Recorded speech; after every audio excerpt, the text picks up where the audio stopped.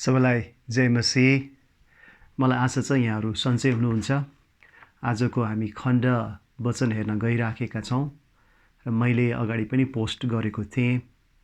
आजको वचनको शीर्षक चाहिँ हामी कसरी सही प्रकारले योजना बनाउन सक्छौँ। अनि परमेश्वरले दिनुभएको साझा उपहार हामी सम्झ्यौँ भने सबैको लागि परमेश्वरले दिनुभएको साझा उपहार के हो भन्दाखेरि त्यो हो समय। किनकि हामी सबै मानिसहरूसँग समय समान छ। हरेक वर्षमा हरेक व्यक्तिको एक दिन चाहिँ जन्मदिन आउँछ। अनि यसरी हामी वर्ष गर्दै यो जीवनलाई हामी बिताइराखेका हुन्छौँ। अनि भजन सङ्ग्रह 90:10 बताए अनुसार हाम्रो आयु त 70 वर्ष मात्रै हो। बलले भ्यायो भने 80 पुग्ला, तापनि तिनीहरूको अवधि कष्ट र शोकमा बित्छ। किनकि आयु चाहिँ चाँडै बित्छ अनि हामी उडी जान्छौँ। वास्तवमा समय पत्तै नपाइकन, थाहा नपाइकन बितिहाल्छ। र हरेक मानिसलाई परमेश्वरले दिनुभएको समान उपहार चाहिँ समय हो। तर फरक के छ भन्दा हामी समयलाई कसरी प्रयोग गरिराखेका हुन्छौँ। भनिन्छ कि कसैले आफ्नो जीवनलाई समयले भर्छन्, तर कतिले चाहिँ समयलाई जीवनले भर्छन्। यो दुईटा कुराको बीचमा धेरै फरक छ। कति मानिसहरूले चाहिँ आफ्नो जीवन केवल समयले मात्रै भरिराखेका हुन्छन्। किन समय आउँछ, समय बितिराखेको हुन्छ र त्यो जे समय उसको लागि छ त्यही समयले नै उसको जीवनलाई एउटा टुङ्गोमा पुर्याइराखेको हुन्छ। तर कति मानिसहरू चाहिँ त्यस्तो मान्छे छन् जसले त्यो समयमा प्रशस्त कुराहरू गर्न सक्छन्, त्यो समयलाई भरपुर प्रयोग गर्दछन् र त्यो समयलाई उनीहरूले चाहिँ मूल्यवान बनाउँछन् र त्यो समयलाई एउटा जीवन भर्ने काम गर्छन्। केवल समयले जीवन भरेको होइन, दोस्रो खालका मानिसहरू यस्ता छन् जसले समयलाई आफ्नो जीवन, आफ्नो नयाँ सृजनशीलता, आफ्नो नयाँ काम, आफ्नो खुसी, कुनै कुराको प्राप्तिले भर्न सक्छन्। र कसरी चाहिँ हामीले समयमा जीवन भर्न सक्छौँ त भन्दाखेरि सही प्रकारको योजना बनाएर मात्रै हो। किन योजना बनाएर बिताएको समय हाम्रो लागि अनुभव बन्छ। तर बिना योजना यदि समय बितिराखेको पत्तो पनि हुँदैन। किनकि समय योजना बनाएर बिताउँदाखेरि चाहिँ त्यो हाम्रो लागि अनुभव बन्छ। वास्तवमा अनुभव, एक्सपिरियन्स जीवनको एउटा महत्त्वपूर्ण सम्पत्ति हो। तर त्यो सम्पत्ति हामीले यदि प्राप्त गर्ने हो भनेलाई हामीले सही प्रकारले जीवनका कार्यहरूलाई हामीले योजनाबद्ध भएर गर्नुपर्ने छ। हितोपदेश 21:5 लेखिएको छ, लगनशीलको योजनाले प्रशस्ततामा पुर्याउँछ, तर हतार गर्ने चाहिँ गरिबीमा पुग्दछन्। जो व्यक्ति लगनशील छ, त्यो लगनशील मानिसले जुन प्रकारले योजना बनाइराखेको हुन्छ त्यसले त्यो व्यक्तिलाई प्रशस्ततामा पुर्याइराखेको हुन्छ। तर योजना बिना हतार गरेर जो कार्यहरू गर्छन् ती मानिसहरू चाहिँ गरिबी अर्थात् दरिद्रतामा पुग्दछन्। अझ एउटा हितोपदेशमै लेखिएको छ कि बुद्धिमानले खतरा आइरहेको देख्छ र कतै शरण लिन्छ, तर सोझो चाहिँ त्यतैतिर जान्छ र दुःख भोग्छ। यहाँ लेखेको छ बुद्धिमान मानिस त्यो मानिस हो जसले आउँदै गरेको खतरालाई देख्छ र आफूलाई सुरक्षित ठाउँमा राख्छ। तर सामान्य मानिस चाहिँ त्यतैतिर जान्छन् र धेरै दुःख भोग्छन्। र आज तपाईँ र म बुद्धिमान हुने हो भनेलाई हामीहरूले आउँदै गरेको खतराहरू देख्न पर्नेछ। अहिलेको समयमा हामी थुप्रै खालको एउटा सङ्कटहरू सामना गरिराखेका छौँ। अहिले केही किसिमको विश्वव्यापीमै एउटा महामारीको सङ्कटहरू आइराखेको छ र अन्य समयमा पनि विभिन्न खालको सङ्कटहरू, विभिन्न खालको विपत्तिहरू आइराखेकै हुन्छन्। तर हामीहरूले त्यो आउँदै गरेको विपत्तिलाई सही प्रकारले देख्न पर्ने हुन्छ। अनि कसरी हामी देख्न सक्छौँ त भन्दाखेरि वास्तवमा भविष्यमा आउँदै गरेको विपत्तिलाई देख्नको लागि हाम्रो बाहिरी आँखाले होइन, तर हाम्रो मनको आँखाले देख्न सक्दछौँ। जो मानिसले मनको आँखाले, हृदयको आँखाले, सोचको दृष्टिकोणले जब भविष्यलाई उनीहरूले देखिराखेका हुन्छन् अनि त्यो अनुसार उनीहरूले पूर्व तयारीहरू गर्छन् र यसरी समयले ल्याउँदै गरेको खतरालाई देखेर सही प्रकारले पूर्व तयारी गर्दाखेरि त्यो मानिसहरूले आफूलाई सुरक्षित स्थानमा राख्न सक्छन्। र मलाई लाग्छ मनको आँखाले, भित्री आँखाले देखेर बनाएको विस्तृत विवरण नै वास्तवमा योजना हो। भविष्यलाई मनको आँखाले देख्नेहरूले नै बितेको समयलाई अनुभवको आँखाले देख्न सक्छन्। यदि हामी मनको, हृदयको आँखाले भविष्यलाई हेर्न सकेनौँ भने विगतको दिन पनि हाम्रो लागि अनुभवको आँखाले हेर्ने त्यो मौका बन्न सक्दैन र वर्तमानको समयमा हामी जे गर्छौँ त्यसलाई प्रभावकारी तरिकाले हामी गरिराखेको हुनुपर्छ। बाइबलले धेरै ठाउँमा एउटा असल योजना बनाउने विषयमा कुरा गरिराखेको छ। हामीलाई थाहा छ यिर्मिया 29:11 परमेश्वरले त्यहाँ भन्नुभएको छ कि जुन योजना मैले तिमीहरूको निम्ति बनाएको छु ती म जान्दछु। परमेश्वरले पनि तपाईँ र मेरो लागि योजना बनाइराख्नु भएको छ। अनि उहाँले भन्नुहुन्छ जुन योजना तिमीहरूको निम्ति छ म त्यो जान्दछु अनि त्यो तिमीहरूको उन्नतिको निम्ति हो, नोक्सानीको निम्ति होइन, तिमीहरूलाई आशा र भविष्य दिनलाई हो। अनि आज परमेश्वरले हामीमा त्यस्तो प्रकारले योजना बनाइराख्नु भएको छ कि त्यो हाम्रो लागि नयाँ आशाको लागि हो, हाम्रो फाइदाको लागि हो, हाम्रो नोक्सानीको लागि होइन। अनि परमेश्वर त्यो योजना उहाँ जान्नुहुन्छ भने हामी पनि हाम्रो जीवनमा बनाइराखेको योजना हामीले जान्न पर्ने आवश्यकता छ। हामीलाई थाहा हुनुपर्छ म कहाँ छु अनि म कता जाँदैछु, मेरो लक्ष्य के हो, म आउने दिनहरू, आउने समयहरू म के कुरामा आफूलाई केन्द्रित गराइराख्नेछु, के कुरा मेरो लागि मुख्य महत्त्वपूर्ण कुरा छ, त्यो कुरा निम्ति हामीले सोचेर योजना बनाइराख्नुपर्छ। किनकि योजना बिना हिँड्ने मानिसहरू चाहिँ वास्तवमा भन्यो भने उनीहरू एक किसिमको ब्लाइन्ड भइराखेका हुँदछन्। अनि हाम्रो जीवनमा झुक्किएर हुने सफलता हामी खोज्दैनौँ। झुक्किएर हुने सफलता एक्कासी खै कसरी भयो मैले कहिले सोचिनँ तर झुक्किएर भयो होला। कतिचोटि हाम्रो जीवनमा त्यस्तो झुक्किएर पनि हामीले सफलता प्राप्त गरौँला। यो झुक्किएर प्राप्त गर्ने सफलता चाहिँ एउटा चिट्टा जितेको जस्तो मात्रै हो। चिट्टा घरिघरि जित्न सकिँदैन। चिट्टा झुकेर एकचोटि जितेला, तर हामी एकचोटि जित्ने सफलता, एकचोटि मात्र हुने कुरा भन्दा पनि हामी नियमित रूपमा लगातार केही कुरा प्राप्त गर्ने हो भने हाम्रो लागि योजना बनाउनु अति आवश्यकता छ। योजना, हाम्रो लक्ष्य निर्धारण गरेर हामी अगाडि बढ्छौँ भने हामीले प्राप्त गर्ने सफलता, हामीले प्राप्त गर्ने उपलब्धि चाहिँ त्यो झुक्किएर होइन, तर हामी त्यसलाई थाहा गरेरै हामी प्राप्त गर्दछौँ। र जसरी परमेश्वरले भन्नुभएको जस्तै हाम्रो योजना, हाम्रो लक्ष्य हामीले जान्नु पर्दछ। हितोपदेशको 31 अध्यायमा एकजना स्त्रीको बारेमा बताइएको छ। अनि यो स्त्रीको बारेमा विचार गर्दाखेरि हामी धेरै कुरा पाउँदछौँ कि यो स्त्रीको बारेमा भनेको छ कि उसले खुबै सोच, 31:16 लेखिएको छ, खुबै सोच विचार गरेर तिनले एउटा खेत किन्छन् र आफ्नो कमाइले तिनी दाखबारी लाउँछिन्। खुबै सोच विचार, उसमा त्यो एउटा खालको मानसिकता छ, एउटा सोच छ। अनि त्यो सोचको साथ, विचारको साथ उसले एउटा खेत किन्छन् र त्यो खेतमा उनीले चाहिँ यहाँ लगानी गरेकी छिन्। र उसको सोच, यो स्त्रीको सोच अलि दीर्घकालीन सोच छ। ऊ एकछिन अल्पकालीन आज फाइदा हुने भन्दा पनि ऊ चाहिँ दीर्घकाल एउटा दिगो खालको सोच लिएर उसले एउटा जग्गा र खेत किन्छन्।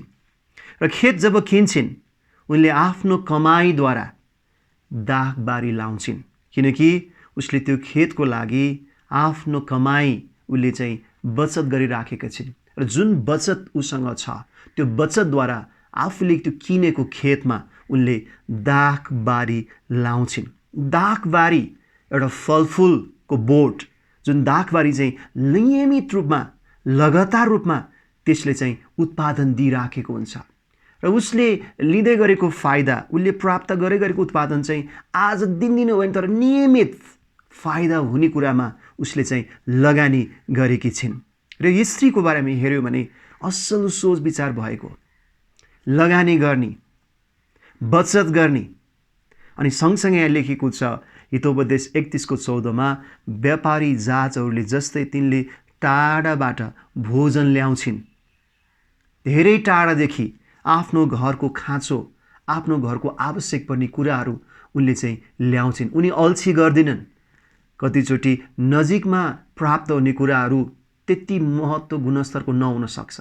कतिचोटि नजिकमै प्राप्त गर्ने कुराहरू अलि महँगो पर्न सक्छ कहिलेकाहीँ। तर यी यस्तै खालको स्त्री छन् जसले चाहिँ टाढादेखि यात्रामा जाँदा, कुनै ठाउँमा एक प्रकारले घुम्न जाँदा हुनसक्छ, कुनै आफन्तहरूसँग भेट्न जाँदा ती ठाउँहरूबाट आफ्नो चाहिने, आफ्नो खाँचो कुराहरू चाहिँ उनीले जम्मा गर्छन्। अनि यो स्त्रीबाट हामी यहाँ देख्न सक्दछौँ कि ऊ चाहिँ एकदमै सोचबुझ र सही किसिमको योजना बनाउने स्त्री छिन्। अर्को एउटा उदाहरण पनि हामी पाउँदछौँ हितोपदेशमै।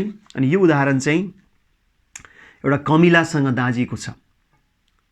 अनि तपाईँले देख्न सक्नुहुन्छ हितोपदेश 6:9 तल 11सम्म। ए कमिला, ए अल्छे हो, कमिलालाई गएर हेर, चाल ढङ्ग हेर, उसले कसरी जीवन बिताउँछ, उसका रहन सहन हेर र बुद्धिमान प्राप्त गर।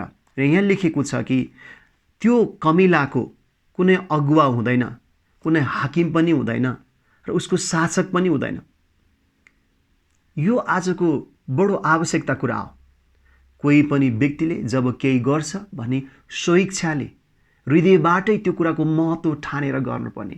धेरैचोटि हामी गर्दै गर्दा कसैको डरले, कसैको करकापले, कसैको निम्ति, कसैले भनेको कारणले मात्रै गर्न सक्छौँ होला। हाम्रो मालिकले भनेको कारणले गर्दाखेरि, हाम्रो शासकले भनेको कारणले गर्दाखेरि, हाम्रो अगुवाले भनेको कारणले गर्दाखेरि। तर स्वेच्छाले नै हामीले महत्त्वपूर्ण कुरा बुझेर, आवश्यकता कुरा जानेर त्यसमा लागिरहने आज त्यो मानिसहरू खाँचो छ। आज धेरै ठाउँहरूमा, धेरै समूहहरूमा चाहिँ मानिसहरू गर्न त गर्छन्, तर यो कसैको लागि गर्छन्, तर आफ्नै लागि गर्दैनन्। आज तपाईँ र मैले केही गर्छौँ भने हाम्रो कामप्रतिको समर्पणता, हाम्रो कामप्रतिको हामीले गर्ने त्यो लगाव चाहिँ कमिला जस्तै, जो कुनै अगुवाले भनेको कारणले गर्दैन तर आफै त्यो काममा गरिरहन्छन्। अनि अर्को कुरा लेखिएको छ कि त्यो कमिलाले कसरी ग्रीष्म ऋतुहरूमा, गर्मीयाममा, जुन बेलामा पानी परेको हुँदैन, जुन बेलामा खतरा हुँदैन, त्यो बेलामा चाहिँ अन्नहरूको भण्डार तयार गर्छन्। र कटनीको समय जब फसल तयार हुन्छ, फसल प्राप्त हुन्छ, अनि फसलको समयमा चाहिँ खानेकुराहरू सञ्चय गरेर राख्छ। अनि आज त्यो शिक्षा हामीहरूको निम्ति आवश्यकता छ कि हाम्रो निम्ति फसलको समय, हाम्रो लागि आम्दानीको समय, हाम्रो लागि एउटा ग्रीष्म ऋतुको समय र हामीले ऋतुहरूलाई चिन्नुपर्छ। जीवनमा हर समय सधैँ हाम्रो लागि फाइदा, आम्दानी भइहाल्दैन। हाम्रो जीवनमा सधैँ रुपियाँ पैसा हाम्रो हातमा पर्दैन। कुनै समयमा हामी राम्रै कमाइ गर्न सक्छौँ, तर त्यो राम्रो कमाइ सधैँ हुन सक्दैन। र हामी जोहो गर्नेहरू, हामी एउटा सञ्चित गर्नेहरू र हुन सक्ने, आउन सक्ने खतराहरूलाई बुझेर पूर्व तयारी हामीले गर्नुपर्छ। र यो किसिमको शैली, यो किसिमको जीवन पद्धतिलाई चाहिँ यहाँ वचनमा भनेको छ कि एउटा कमिलाबाट पनि हामी सिक्न सक्छौँ। र तपाईँ र म, हामी सिजनलाई चिन्न सक्ने, फरक अवस्थालाई बुझ्न सक्ने, जोहो गर्न सक्ने, सञ्चित गर्न सक्ने र हुन सक्ने खतरापट्टि पूर्व तयारी हुने। र जे कुरा हामी गर्छौँ हामीलाई कसैको कारणले, कसैले गर भनेर होइन, तर स्वेच्छाले गर्ने। आज त्यो खालका व्यक्तिहरू जसले आफैले नै त्यो कामको महत्त्व बुझ्ने छन्, अनि त्यो आफैले नै कामको महत्त्व बुझेर त्यसमा लाग्ने कुरालाई चाहिँ यहाँ लेखेको छ कि यो चाहिँ बुद्धिमान हो, बुद्धिमान हो। अनि अर्को पनि एउटा शिक्षा हामी पाउँदछौँ भजन सङ्ग्रह विषय हितोपदेश 24:27 बाहिरको काम पुरा गर, आफ्नो खेतबारी तयार पार, अनि मात्रै आफ्नो घर बनाउन थाला। एउटा घर जो जीवनमा घरिघरि बनाइँदैन।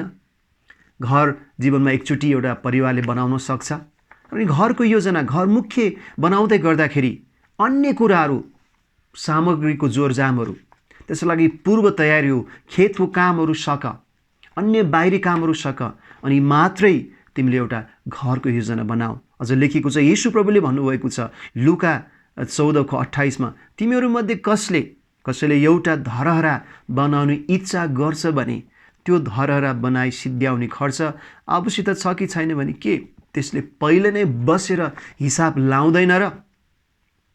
हाम्रो जीवनमा त्यो धरहरा कतिचोटि हाम्रो जीवनमा कुनै व्यवसाय हुनसक्छ, हाम्रो जीवनमा नयाँ परियोजना हुनसक्छ, हामी कुनै नयाँ एउटा काम थाल्न सक्छौँ र जब नयाँ कामहरू हामी थाल्दैछौँ, नयाँ कामहरू हामी सुरु गर्दैछौँ भने यहाँ लेखेको छ कि जब त्यो इच्छा आउँछ अनि इच्छा आउने बित्तिकै लगत्तै हामी काममा गइहाल्ने होइन, तर बस्ने कुरा जब तपाईँ बस्नुहुन्छ अनि तपाईँको साथमा हिसाब किताब गर्नको लागि मलाई लाग्छ एउटा कपी चाहिन्छ होला, एउटा क्यालकुलेटर चाहिन्छ होला, डटपिन चाहिन्छ होला र तपाईँ र मैले ती सबै लागतहरू, खर्चहरू, हामीलाई चाहिने सामग्रीहरू के चाहिन्छ, कहाँबाट दिनुपर्छ, को मान्छेले त्यो काम गर्छन् र मसँग कति छ र अपुगलाई म कहाँबाट फेरि जम्मा गर्छु, ती सबै कुराको हिसाब किताब गर्नुपर्छ। यदि त्यो हिसाब किताब, त्यो विस्तृत विवरण हामी बनेनौँ, हामी यत्तिकै लैलैमै हामी कुनै काम थाल्यौँ भने यहाँ लेखेको छ, नत्र भने त यदि यत्तिकै लैलैमा हामीले सुरु गऱ्यौँ भने पछि त्यो अधुरो हुन्छ, अपुरो हुन्छ। जब काम अधुरो र अपुरो हुन्छ, मान्छेले हेर्दा पनि त्यसलाई चाहिँ गिल्ला गर्ने, हेर सुरु त गर्यो तर बिचैमा त्यो अधुरो भयो भनेर मान्छेको लागि तमासा बन्न सक्छ। यो कारणले गर्दाखेरि हामी विस्तृत योजनासहित, अनि योजना एउटा विचारको योजना, एउटा सोचको योजनालाई हामीले कतिचोटि लिखित रूपमै, प्राय हामी अझ नेपालीहरू हामीहरूको संस्कृति चाहिँ हामी बोल्ने संस्कृतिमा छौँ, हामी सबैलाई बोल्न मनपर्छ, हामी धेरै कुराहरू बताउँछौँ, बोल्छौँ, तर हाम्रो लेख्ने संस्कृति हामीसँग कम छ। कुनै पनि कुराको विवरण बनाउने संस्कृति हामीसँग कम छ। अनि त्यो कला, त्यो शैलीलाई हामीले सिक्नुपर्छ, हामीले विस्तृत रूपमा त्यो कुराहरू लेख्न थाल्नुपर्छ र त्यो खालको हामीले बानी सुरु गऱ्यौँ भने हामीले धेरै विवरणहरू सही प्रकारले बनाउन सक्छौँ। मानौँ तपाईँ र मैले सुरु गर्दै गरेका योजना, सुरु गर्दै गरेको परियोजना, सुरु गर्दै गरेको नयाँ प्रस्तावलाई जब कपीमा उतार्नेछौँ अनि त्यो कपीमा उतारेपछि त्यसलाई हामी जब विश्लेषण गर्छौँ, यदि त्यो विश्लेषण गर्दाखेरि त्यसले फाइदा दिने देखेन भने हामीले त्यो कपी मात्रै हाम्रो लागि चाहिँ वेस्टेज हुन सक्छ। हामी त्यो कपीलाई चाहिँ हामीले यता राख्न सक्छौँ। अनि प्राय काम गर्दै गर्दाखेरि योजनाबद्ध तरिकाले काम गर्ने मानिसहरूले 3वटा स्टेज भएर अगाडि काम गरिराखेको हुन्छन्। पहिलो स्टेज, पहिलो चरण चाहिँ त्यो व्यक्तिको सोच, त्यो व्यक्तिको विचार, त्यो व्यक्तिले देखेको दर्शन, त्यो व्यक्ति एउटा मानसिक रूपमा पनि तयारी हुनुपर्छ र मानसिक रूपमा तयारी भएर त्यसलाई पुरा विवरण उसको दिमागमा पुरा पिक्चर डिटेल काम गर्नुपर्छ। त्यो दिमागमा त्यसको तस्बिर आउनुपर्छ। अनि जब विचारमा त्यो कुरा आउँछ अनि विचारबाट अब हामी दोस्रो चरणमा जानुपर्छ। दोस्रो चरण चाहिँ के हो भन्दाखेरि अब हामी दोस्रो चरण चाहिँ हाम्रो विचारमा, हाम्रो सोचमा, हाम्रो मनमा आएका ती सबै कुराहरूलाई हामीले एउटा पेपरमा, एउटा कागजमा हामी उतार्नुपर्छ, त्यसलाई लेख्नुपर्छ। सबै कुराहरू हामीले कागजमा सार्नुपर्छ। जब हाम्रो कागजमा त्यो कुराको विवरण आउँछ तब अब त्यो हाम्रो मनमा भएको सोच र विचार हाम्रो व्यक्तिगत मात्र होइन, जति मानिसले त्यो कागजहरू पढ्छन्, जति मानिसले त्यो कागज हेर्छन्, त्यहाँबाट पनि हाम्रो मनका विचारहरू आउन सक्छ, जसले एउटा समूह, एउटा टिम निर्माणमा सहायता गर्छ। अनि त्यो कागजमा सबै कुरा राखिसकेपछि अनि हामी आज अलिकति राख्छौँ होला, फेरि भोलि नयाँ विचार आउला, फेरि अलिकति थप्छौँ होला। त्यसो गर्दै गर्दा हाम्रो विचार कागजमा भरिँदै अनि पाना पाना गर्दै त्यो विस्तृत विवरण बन्छ। जब त्यो विस्तृत विवरण बन्छ अनि तेस्रो चरणमा हामी अब कार्यमा जान्छौँ, किनकि कामहरू स्पष्ट छ, हामी कसरी लाउँदैछौँ। अनि तेस्रो चरण मात्रै हाम्रो कार्यान्वयनको चरण हो। अनि प्राय यो 3टा चरणबाट हामी गयौँ भने अनि तपाईँ र मेरो कुनै पनि काम, कुनै पनि हामीले सुरु गर्न लागेको आँटेको कुरामा धेरै सहज र त्यसले हामीलाई सफलता दिन सक्छ। र यहाँ लेखेको जस्तै जब हामी कुनै एउटा इच्छा गर्छौँ भने बसेर हिसाब किताब हामीले गर्नै पर्छ। अनि यसै गरी हामीलाई अर्को एउटा खण्ड पनि म तपाईँहरूको बिचमा भन्न चाहन्छु र विशेष गरी यो खण्डको बारे हामीलाई थाहा छ उत्पत्तिको पुस्तकमा, जहाँ चाहिँ 33 देखि 36सम्म हामीलाई थाहा छ पुरानो नियमको एकदमै प्रख्यात परमेश्वरले प्रयोग गर्नुभएको परमेश्वरको महान दास युसुफको बारेमा। युसुफको बारेमा हामीलाई धेरै कुरा थाहा छ। अनि यो समयमा युसुफ चाहिँ जेलखानामा छ अनि फारो राजा जसले आफ्नो दर्शन देखिराखेको छ, उसको दर्शनमा त्यो दर्शन, त्यो सपना अनि त्यो सपनाको अर्थ खोल्ने कोही पनि हुँदैन। अनि यसको निम्ति जब योसेफलाई त्यो ठाउँमा बोलाइन्छ अनि योसेफको सल्लाह, योसेफले देखेको विवरण चाहिँ वास्तवमा त्यो सपनाको अर्थ खोल्ने मात्र होइन। सपनाको अर्थ त यस्तो हो भनेर त्यहाँ बताइएको छ। 7 वर्ष सहकाल हुन्छ, अर्को 7 वर्ष अनिकाल आउँछ। त्यो 7 वर्ष जुन एउटा 7वटा दुब्ला गाईहरू देखियो, एकदमै पातलो सेप्रा बालाहरू देखियो र मोटो गाईले आएर खाइदियो। त्यो सेप्रा बालालाई मोटो बालाले खाइदियो। त्यसपछि चाहिँ जब सपनाको अर्थ त्यहाँ खोलिन्छ कि यसोले भन्दछ कि हेर्नुहोस् राजा, तपाईँले चतुर र बुद्धिमान मानिस छान्नुहोस्। अनि त्यो चतुर र बुद्धिमान मानिस जब तपाईँले नियुक्त गर्नुहुन्छ, उसले मिश्र देशमा अधिकार चलाउनलाई तपाईँले जिम्मेवारी दिनुहोस्। र जुन त्यो अबको 7 वर्ष धेरै प्रशस्त उब्जनीहरू हुन्छ, प्रशस्त अन्नहरू हुन्छ, अनि ती सबै अन्नहरू, ती सबै उब्जनीहरूबाट यो चतुर र बुद्धिमान व्यक्तिले हरेक मानिसबाट 100 भागमा 20 भाग, 20% उब्जनीहरूलाई जम्मा गरोस्, त्यसको भण्डारण गरोस्।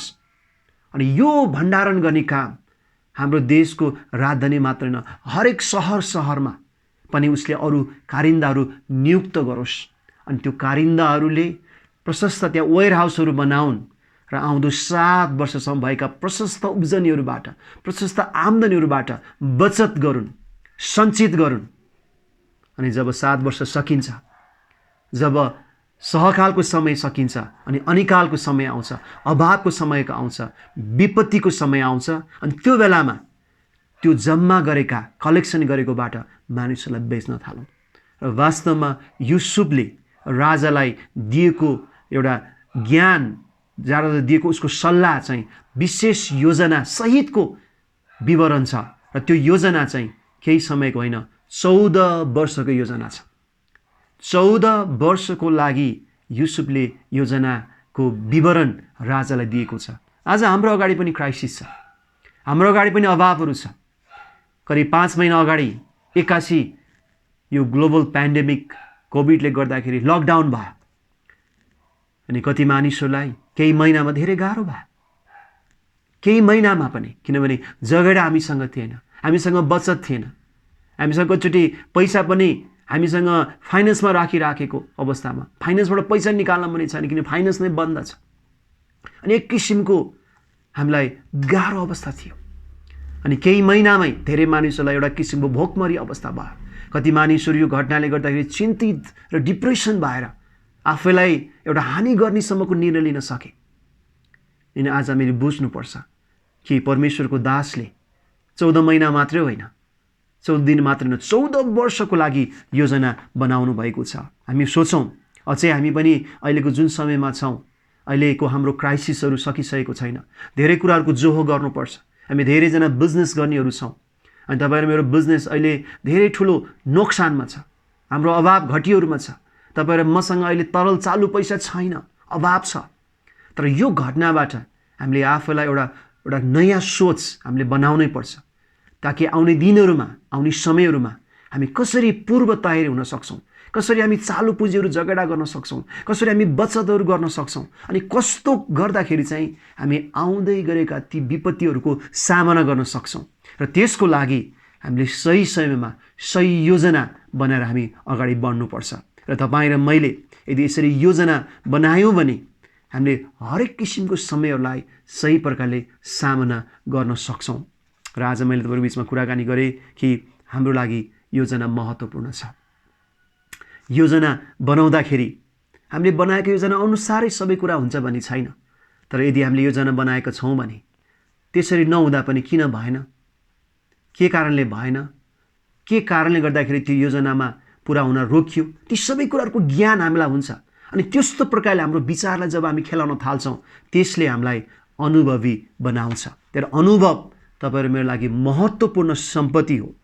र अनुभव चाहिँ बितेका दिन भोगेका कुराहरूमा हाम्रो एउटाले ल्याएको एउटा अनुभव हो। र आउँदा दिनहरूमा हामी कसरी बढ्ने भन्दै गर्दाखेरि हामीले एउटा सोचमा अगाडि बढ्नुपर्छ। मलाई लाग्छ मैले यहाँहरूको बिचमा जसरी सही प्रकारको योजना, सही किसिमको सोचको बारेमा कुराकानी गरेँ, एउटा स्त्रीको बारेमा हामी विचार गऱ्यौँ अनि हामीले कमिलाबाट पनि यसको शिक्षा हामी सिक्न सक्यौँ। येशूले दिनुभएको शिक्षाबाट पनि हामीले हिसाब किताब गर्ने कुरा सिक्यौँ र युसुफको जीवनबाट पनि हामीले योजना कुरा सुन्यौँ। र तपाईँ र म जुन अवस्थामा छौँ, जहिले हामी छौँ, आज हाम्रो जीवन, किनकि हाम्रो जीवन जसरी बित्दैछ, आज हामी समयले मात्र हाम्रो जीवनलाई भर्ने होइन, तर हामी यी समयहरूमा हामीले जीवन्त बनाउन सकौँ। अनि त्यो चाहिँ तपाईँ र मेरो छनौटले छ, किन तपाईँ र मेरो निर्णयले आज यो कुरा हुनसक्छ। अनि परमेश्वरले तपाईँहरूको जीवनलाई सही प्रकारले योजना बनाउनलाई, सही प्रकारले कार्य गर्नलाई र सही प्रकारले आउँदै गरेका हाम्रो जीवनमा हुनसक्ने विपत्तिहरूलाई सामना गर्नलाई पूर्व तयारीको लागि परमेश्वरले धेरै आशिष दिनुभएको होस्। धन्यवाद। जय मसीह। आउनुहोस् हामी छोटो प्रार्थना गरौँ। पिता परमेश्वर, हामी तपाईँलाई धन्यको भन्दछौँ, किनकि तपाईँ परमेश्वर धन्यको हुनुहुन्छ। तपाईँ प्रभुले आज हामीलाई ज्ञान दिनुहोस्, बुद्धि दिनुहोस्, त्यो सोच दिनुहोस्। प्रभु, आज तपाईँले सृष्टि गरेका थोकहरूबाट हामी बुद्धि प्राप्त गर्न सक्छौँ। तपाईँको वचनले हामीलाई भनेको छ, कमिलालाई गएर हेर, जसलाई कुनै मालिकले अराउँदैन, उसको लागि कुनै शासकले शासन गर्दैन, कुनै अगुवाले पनि उसलाई डोर्याउँदैन, तर पनि ऊ आफ्नो काममा, आफ्नो दायित्व र आफ्नो जिम्मेवारीमा लागिरहँदछ। अनि आज हाम्रो जीवनमा, हाम्रो काममा हामी हर तरिकाले हामी त्यसमा लाग्नलाई प्रभु हामीलाई सहायता गर्नुहोस्। हामी आउँदै गरेको खतराहरू देख्न सकौँ। त्यो आउँदै गरेको खतरा देख्ने हाम्रो मनका आँखाहरू, हृदयको आँखाहरू खोलिदिनुहोस्, ताकि हामी ती कुराहरूलाई पूर्व सक्रिय भएर हामी सोचहरू बनाउन सकौँ र हामीले ती सामना गरेर त्यसबाट राम्रो अनुभवहरू लिन सकौँ। अहिलेको समयमा हामी एक प्रकार क्राइसिसबाट गइराखेका छौँ। हाम्रो अगाडि थुप्रै सङ्कष्टहरू छन् अनि सङ्कष्टहरू एउटा हामीबाट हटेर जाला, तर फेरि अर्को सङ्कष्ट आइराखेको हुन्छ। तर आज हामीले जे कुरा सिकेका छौँ, यी सङ्कष्टहरूमा हर प्रकारले सामना गर्नलाई पूर्व तयारीको लागि तपाईँ परमेश्वरले हामीलाई ज्ञान दिनुहोस्। तपाईँले वचनमा भन्नुभएको छ, तिमीहरूको लागि मैले एउटा योजना बनाएको छु, म जान्दछु त्यो तिमीहरूको उन्नतिको लागि हो, नोक्सानीको लागि होइन, अनि नयाँ आशा र भविष्य दिनको लागि हो। हामी तपाईँले बनाउनुभएको योजनामा हामी आफूलाई निश्चित बनाउँदछौँ र हामी हाम्रो जीवनको लागि प्रभु येशू तपाईँको ज्ञान, तपाईँको सोचले हामी सही योजना बनाउँछौँ। हामीलाई सहायता गर्नुहोस्, येशूको नाउँमा, आमेन।